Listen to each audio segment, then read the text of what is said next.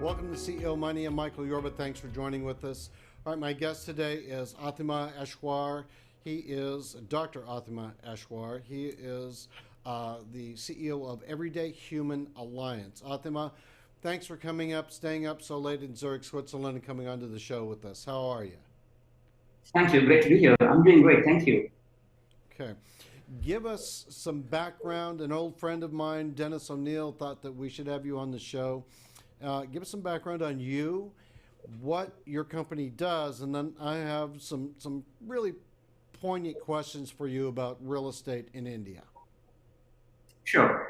I am basically a bioinformatics guy. My background is genomics. I did my doctorate in genomics from Switzerland. And after that, we have a company in India. We have been operating since past 11 years. We are into real estate development. Basically, it's just normal buy land, build properties like commercial, residential, or plotted developments, and then you sell it on the open market in India, and that's how we do. And we have been doing this for past 11 years. And there are a few problems that we saw in the real estate industry that we wanted to solve. That is the reason we have opened this company to solve those problems. All right, let's talk about real estate in India, liquidity and profits. Is it a hot market these days? Yeah, I mean, the real estate has always been preferred investment vehicle in India. I mean, whether there is a recession or whether the market is booming, still people prefer to invest in real estate. So they see it as something like gold. Whenever there is recession, they think that they want to invest in something which is stable, which is more like gold, or the next option would be real estate. So because it's not as volatile as stocks, so that is the reason, our mutual funds, that is the reason they want to invest in real estate. And it has been always evergreen, and there has been profits. There, of course, has been ups and downs. I mean, for now, I think there is quite a bit of inventory in the residential sector of real estate, but I think still, I mean, if you're making good projects, and then that's not a problem at all. But I would say, yeah, it's always been good, and it probably will continue to do so. Now, you say that there's some problems in the real estate industry. Bring that out for me.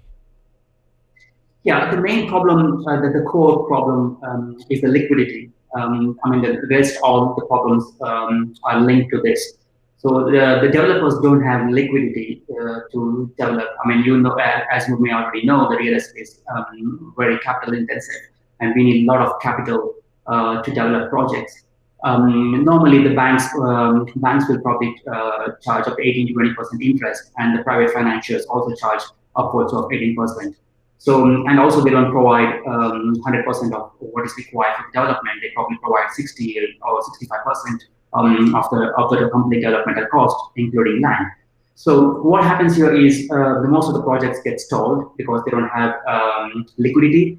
This causes delay in the development of the project, and because of the delay in the development of the projects, we cannot sell the real estate units, and everything gets stopped there. And so the real estate buyers will not get the possession in time, and we cannot complete our projects. So these are the things that we wanted to solve from this company. Now, I wanted to delve into this business of blockchain. How are you integrating the implementation of blockchain in your real estate transactions?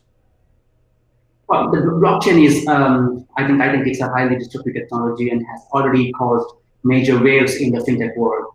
But more than that, more sectors of the global economy are finding use cases to adopt their operational frameworks, and the results have been astounding in terms of delivering more efficiency and earnings. The reason is simple: blockchain simplifies existing business models.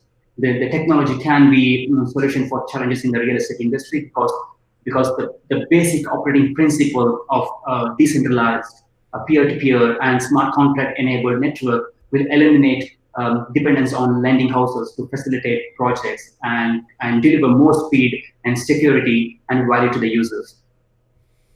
All right. The um, proxy real estate development model.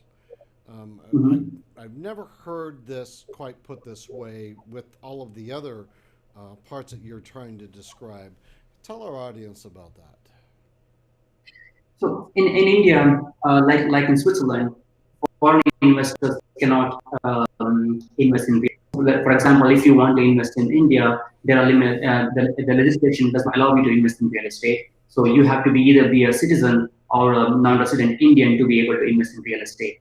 So what we wanted to do was in order to get liquidity, we wanted to make foreign investor, I mean the foreign invest, I mean our Indian real estate accessible to all foreign investors without all those exorbitant requirements or legislative restrictions.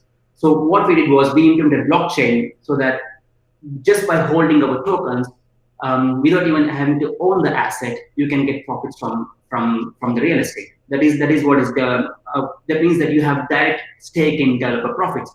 So you whatever we do using the proceeds of the digital security offering, so we invest that in real estate, we develop, we sell, and whatever profit we get, 100% of the profits are distributed to all the token holders. That means that you have direct stake in developer profits. So without even having to own the real estate, no bureaucracy, nothing, just buy and hold tokens. That's about it. How is it different from a real estate investment trust, a REIT, uh, relative to the tokenization models? Right. So with the real estate investment trust, like everyone knows, it's based on an underlying asset, and you generally get income from the income generated from that asset is distributed to all the investors. Right. That is how real estate investment trust works. But whereas the tokenization, it's almost similar to real estate investment trust. But the problem with the tokenization is that no government in the world apparently considers tokenized ownership as legal, and most of the land documents are government documents in papers. So I mean, if you want to transfer your legal your if you want to transfer your ownership to someone else, you can't just transfer the tokens, and government doesn't recognize that as legal tender. And I have seen these tokens, which are based on a particular asset, drop 60 to 70% in value when they're trading on exchanges, when the actual price of the underlying asset is still the same. So that makes it as a flawed model in my perspective.